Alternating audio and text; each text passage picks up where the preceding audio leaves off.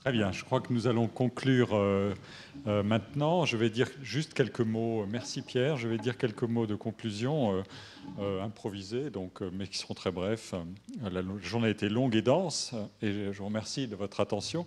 Et tous les collègues qui sont venus ici vous présenter leur travail.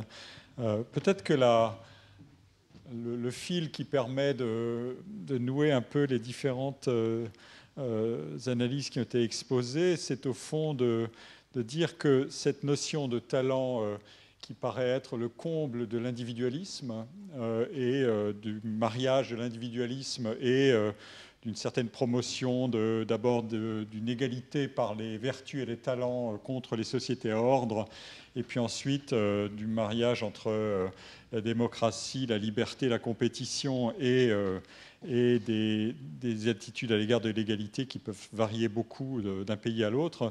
Mais ce qu'on peut considérer comme un comble de l'individualisme ou de l'individualisation, c'est en fait aussi enveloppé dans des multiples dimensions collectives, que ces dimensions prennent la forme d'institutions, prennent la forme de mécanismes, de règles, les cartels dans le sport, les mécanismes d'évaluation dans les concours, les procédures de recrutement, la figure de l'espace public qui est on construit ce que vaut quelque chose comme le talent de manière différente à mesure qu'on élargit son espace de valorisation, mais aussi qu'on modifie la manière le feedback que le public a, la prise que le public peut avoir sur les individus sous forme ou non de contrôle. La décomposition du talent en quelque sorte, ou de la question du talent et de l'attitude à l'égard de l'égalité d'opportunité en une sorte de composition de facteurs. Au fond, l'individu lui-même est plus complexe qu'il n'y paraît. C'est encore une boîte noire qu'il faut ouvrir. Et donc, l'individu, c'est un peuple de motivation, une population de mécanismes, eux aussi, qui reflètent à la fois l'environnement, mais aussi des codages individuels, des dispositions. Et donc, l'effort de l'analyste consiste toujours à décomposer avant de reproduire de la complexité, mais c'était bien ça, un des arguments, c'était de séparer des éléments de talent, d'effort, et donc de voir quelles sont des interactions et de voir quelles sont les sensibilités des interactions, des variables en interaction à l'égard de tel ou tel facteur externe ou de facteurs qui sont sous le contrôle ou non de l'individu. Et puis, lorsque nous avons abordé le monde du droit, eh bien, c'était à nouveau l'espace public qui pouvait s'infiltrer à travers les cas d'action en justice ou de décision sur la valeur d'un talent ou son épreuve et si l'épreuve méritait d'être continuée ou non. Eh bien, on avait un vote, ou pouvait avoir un vote, et le tribunal peut prendre en compte un vote, que ce soit celui du public ou du critique. Et donc, ce sont là encore des constructions publiques collectives. Et enfin, dans le dernier exposé, nous avons vu toutes sortes de dispositifs qui sont à la fois horizontaux, c'est-à-dire l'espace international de circulation, avec ses pôles d'attraction, évidemment.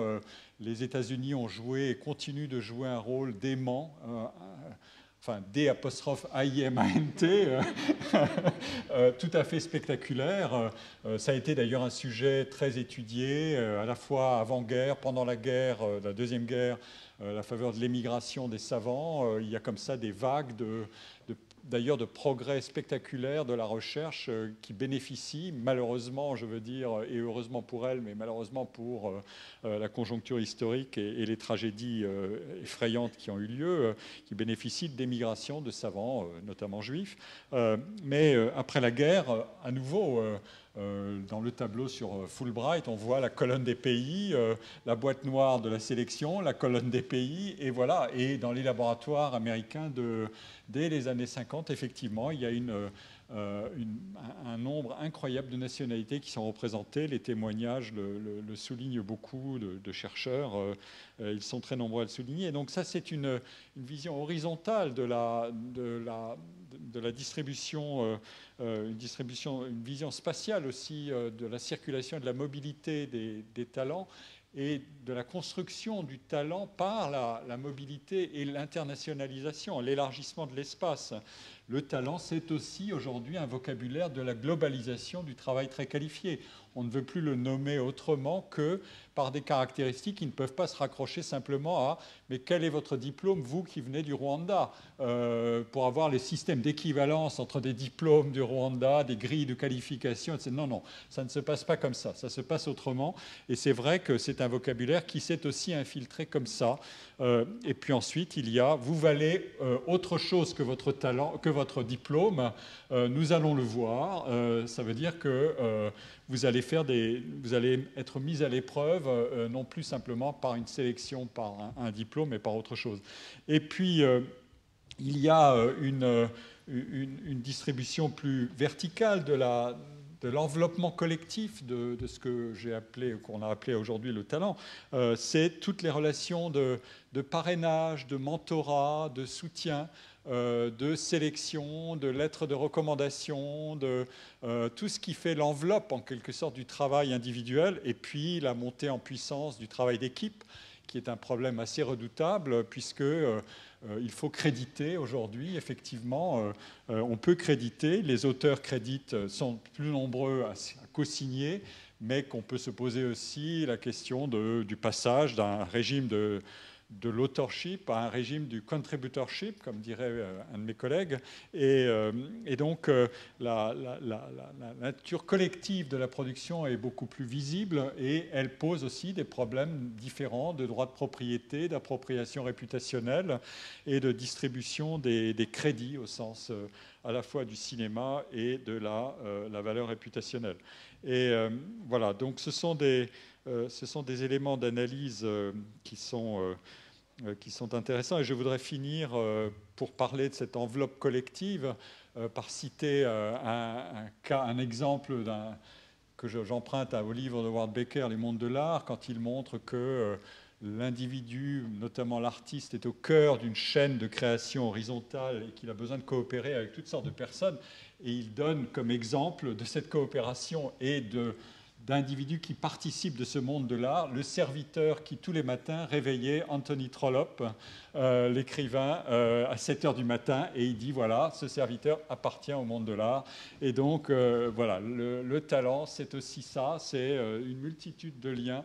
Et voilà, je voulais le souligner aussi. Et peut-être que le café que préparait le serviteur était un élément indispensable de la production jointe d'efforts dont parlait Alain Tranois tout à l'heure. Voilà, je vous remercie beaucoup pour votre attention et donc à une autre fois, l'année prochaine, en tout cas pour mon cours au collège et à un colloque qui suivra ensuite. Je continuerai à traiter du talent sur d'autres terrains que cette année, mais voilà. Et j'espère pouvoir réunir les contributions que nous avons entendues aujourd'hui sous forme d'un ouvrage.